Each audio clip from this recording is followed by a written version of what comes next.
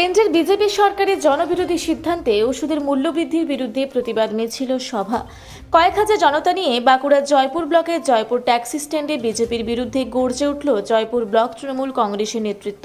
নিত্য প্রয়োজনীয় জীবনদায়ী ওষুধের মূল্যবৃদ্ধির বিরুদ্ধে এবং জনবিরোধী সিদ্ধান্তের বিরুদ্ধে এই মিছিল সভা বলে জানিয়েছেন জয়পুর ব্লক তৃণমূল কংগ্রেসের সভাপতি কৌশিক বটবেল। একাধারে রাজ্য তৃণমূল কংগ্রেসের সহ সভাপতি শুভাশিস বটবেল বিষ্ণুপুরের বিজেপির সাংসদ সৌমিত্র খাকে ধান্দাবাজ, চিটিংবাজ এবং ভোট পিপাসু বলে আখ্যায়িত করেন এই প্রতিবাদ মিছিল সভা থেকে। অন্যদিকে জয়পুর ব্লক তৃণমূল কংগ্রেসের সভাপতি কৌশিক বটবেল বিষ্ণুপুরে বিজেপির সাংসদকে সৌমিত্র খাকে বিভিন্নভাবে দোষারোপ করেন। তিনি বলেন, সৌমিত্র খা টাকা বিলিয়ে দিয়ে ভোট নেয়। চলুন আজকের প্রতিবাদ মিছিল সভা নিয়ে কি বললেন ব্লক তৃণমূল সভাপতি কৌশিক বটবেল, শুনব বিস্তারিত।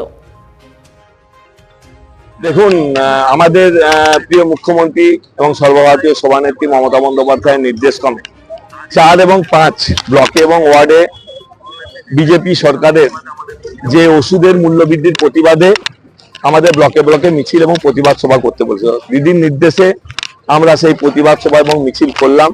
প্রায় 700-র অধিক ওষুধের দাম কেন্দ্রের সরকার যেভাবে বৃদ্ধি করেছে, তাতে করে মানুষের জীবনযাপনে নাবিশ্বাস উঠেছে।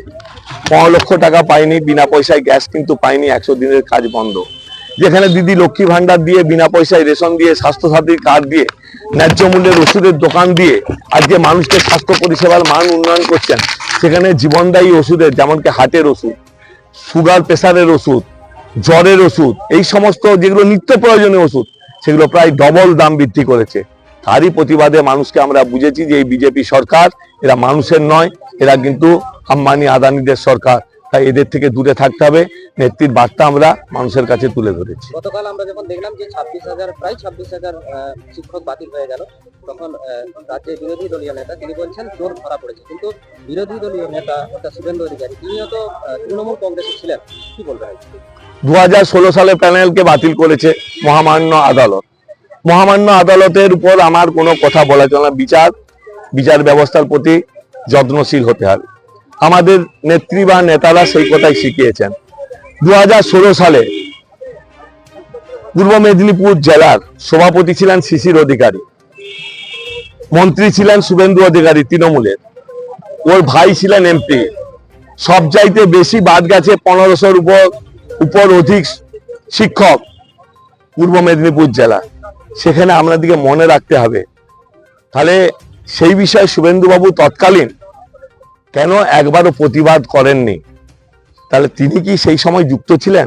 সেটাই জিজ্ঞাসা। এবং এই বিচার আগামী দিনে কিন্তু হবে, এবং দেখতে থাকুন। মমতা বন্দ্যোপাধ্যায় সমস্ত শিক্ষক বা যারা গ্রুপ সি, গ্রুপ ডি, প্রত্যেকের পাশে আমাদের সরকার আছে, আমাদের মুখ্যমন্ত্রী আছে। ওদের নিশ্চয়ই কিছু একটা ব্যবস্থা মুখ্যমন্ত্রী করবেন। আজ পর্যন্ত মুখ্যমন্ত্রী কোনো কাজে ফেল হয়নি। তিনি সব যেটা কথা দিয়েছেন সেটা মাথায় রেখেছেন। শুধু দেখতে থাকুন। যতই চেষ্টা করুক যে এই সরকারকে কলুষিত করার, 2026-এ মমতা বন্দ্যোপাধ্যায় 200-র বেশি অধিক আসনে জয়লাভ করবে। বিজেপির বিরোধী দলনেতার পদও থাকবেন, এটা বলে দিলাম, মেনে নেবেন কথাটা। আমরা শুনছিলাম যে আপনারা বলছিলেন বিষ্ণুপুরের সাংসদ, বিজেপির সাংসদ সৌমিত্র খা, তিনি নাকি টাকা বিলিয়ে ভোট করিয়ে নিচ্ছেন, এই সম্পর্কে কি বলবেন? আচ্ছা, সৌমিত্র খা দুবারের বিজেপির সাংসদ, তিনি বলুন তার উন্নয়ন কি আছে?